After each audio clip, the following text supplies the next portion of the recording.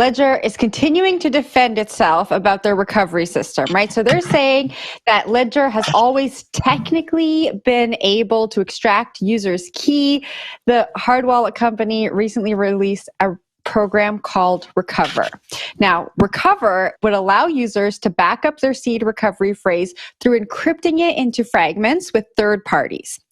Users were originally concerned with this, saying that it could make their wallets more vulnerable.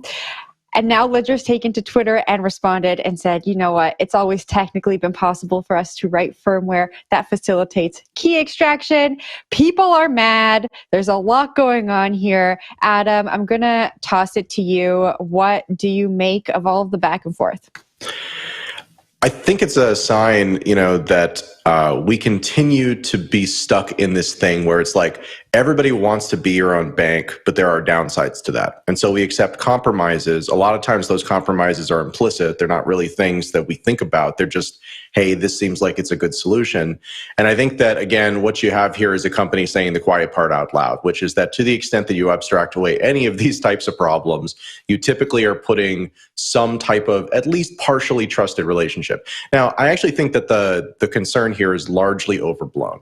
It's a very reasonable understanding, or it's a very reasonable sort of response, but still, the actual potential attack scenarios here are not really ones that I'm concerned about.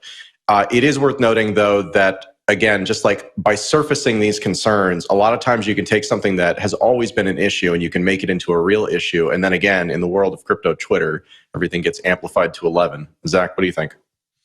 Yeah, I don't hate this response, and I think some of the hand wringing is a bit overblown, right? Let's just be honest here. Technically, yes, this stuff is what can happen, right? And I think going out there and saying that is fine, right? I know this is sort of casted as a PR blunder, but it kind of feels to me like, hey, someone just sort of saying how it is. And I think again, to the point about the bigger picture here, not dealing with the response, about the picture of this sort of this new feature, right?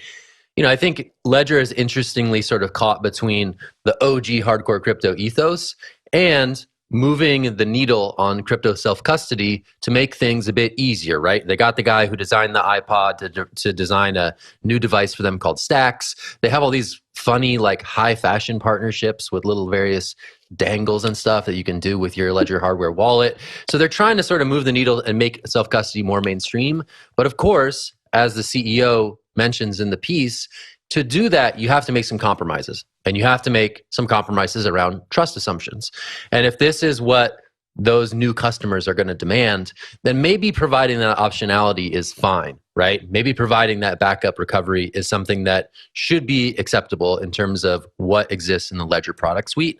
But obviously, again, Adam, as you mentioned, right, sort of the angst and the anger about some of this stuff does get amplified in the world of crypto Twitter, where sort of these things can become the big deal out of relatively small origins. So I think this is sort of a mainstream story. This is a mainstreaming story, right? Mainstreaming crypto into the real world requires some compromises and some trade-offs around those really foundational promises of being your own bank and holding your own assets without having to trust an intermediary. And they're saying, well, hey, in some instances, maybe a little bit of trust is acceptable, but to purists, that is not sitting well.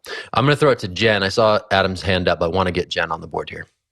Yeah, I agree with both of you completely. Ledger is not the only wallet that's looking at this either, right? There are other wallets that are maybe not hard wallets, like Sol Wallet, that's supported by the Ethereum Foundation, that is also looking at ways to make accessing and storing your assets easier for the mainstream. And here, I think Ledger's just been caught up in a narrative storm. I want to look at this tweet by Binance's CZ. I think he sums up the kind of negative side of this argument.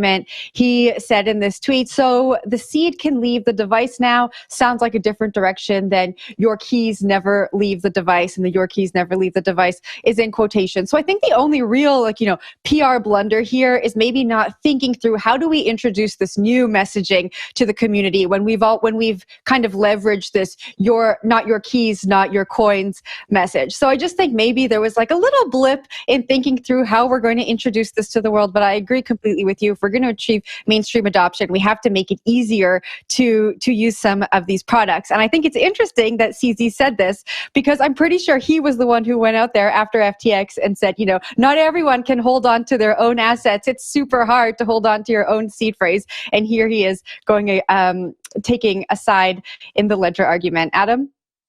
Yeah.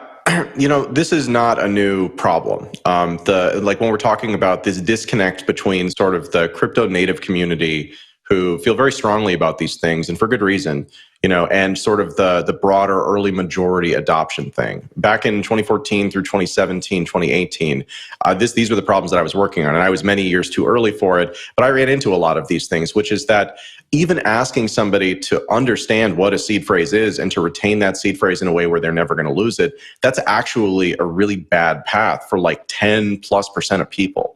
And again, when you start talking about these mass adoption numbers and you start talking about these systems, again, for all of the ills that I find with the current financial system, one of the things that they've done very well is they've given people redundancy in the systems, right? So it's okay if your bank fails because, hey, so long as not every bank is failing right now, then there's the ability for you to get your money back because those safety nets exist. If somebody charges money on your credit card, you can get that money back. And so those are, again, those are patches to problems that exist within the system, which is that it is not immutable, which means you can have those types of attacks. But Bitcoin and cryptocurrency broadly need those types of solutions built on top of their much better foundation that can ease these problems too. And that really is what this seems to be to me. So I agree with you, Jen, that this was not an artful way to talk about this, and it certainly triggered a lot of people. But it's a real problem, and it's an important one.